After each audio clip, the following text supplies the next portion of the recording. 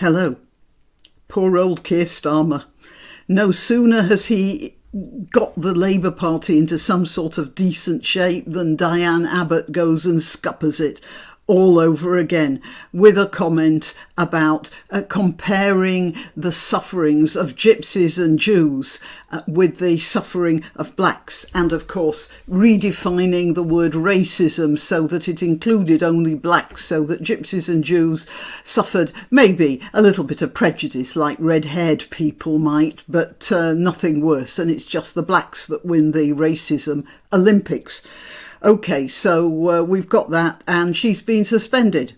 But the video I made attracted a comment which prompted me to do a bit more research.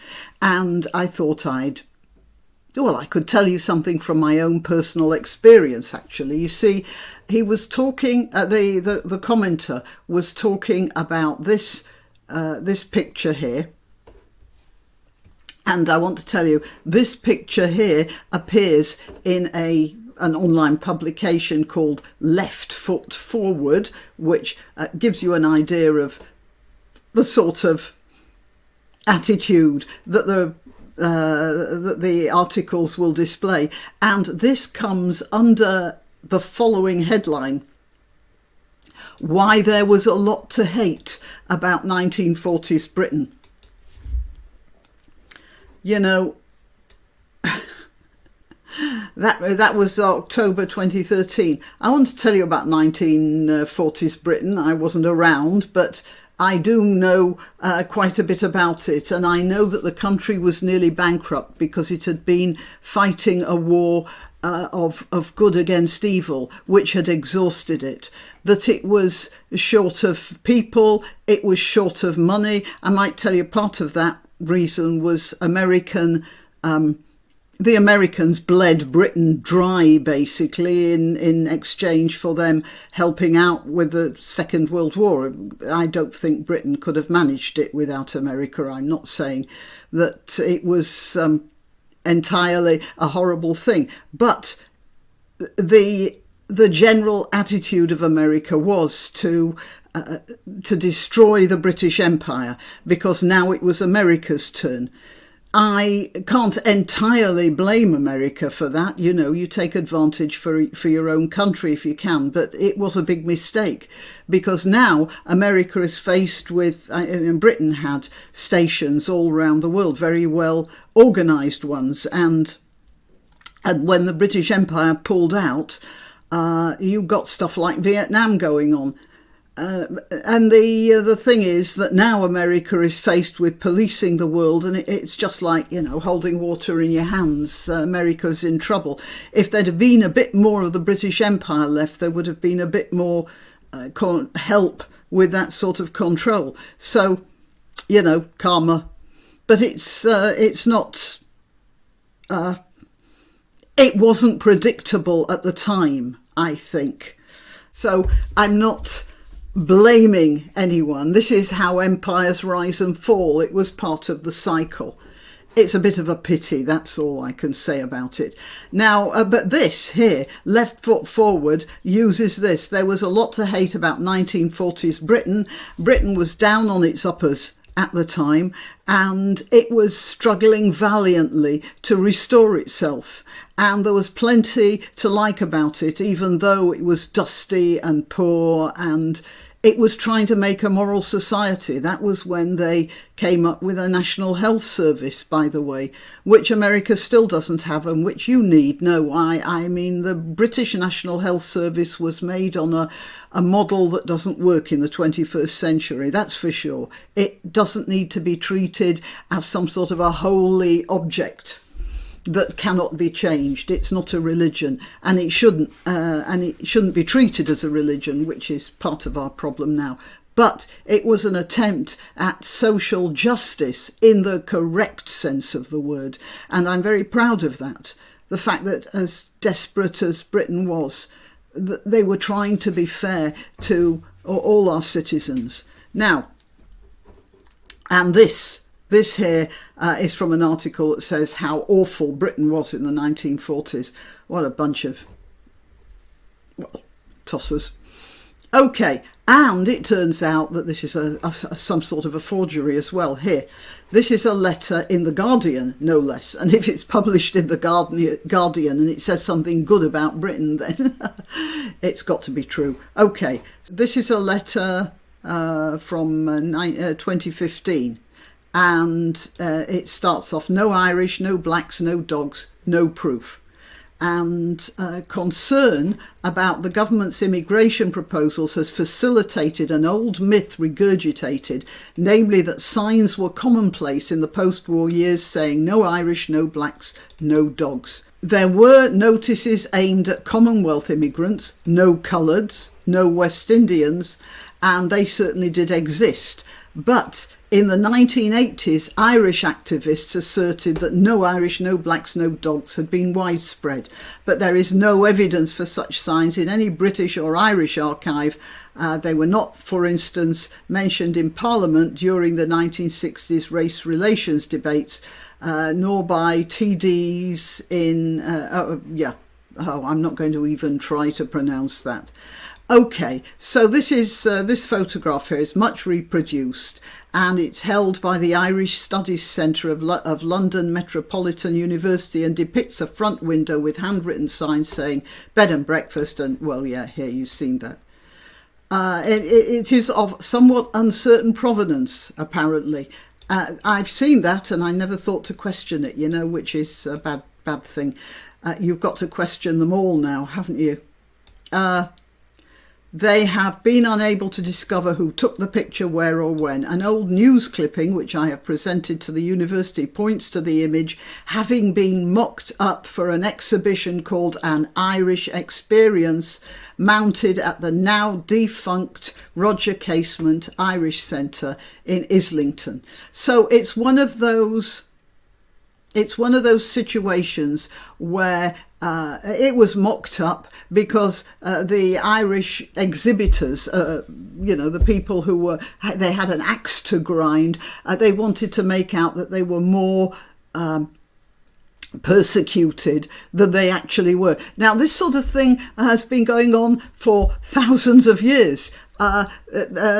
Gibbon, Gibbon's Decline and Fall of the Roman Empire, he actually mentioned that the Christians were frequently, this rather surprised me when I read that, as a Christian man writing in a Christian time, and he said the Christians at the time of whichever emperor it was who was supposed to have done all the persecutions, they were just bigging things up. There may have been some persecutions, he said, there were, but not half as much, nor was it half as widespread, or even a quarter as widespread as the bishop called Eusebius, who wrote the history of the early Christians, and Gibbon said he was just bigging it up.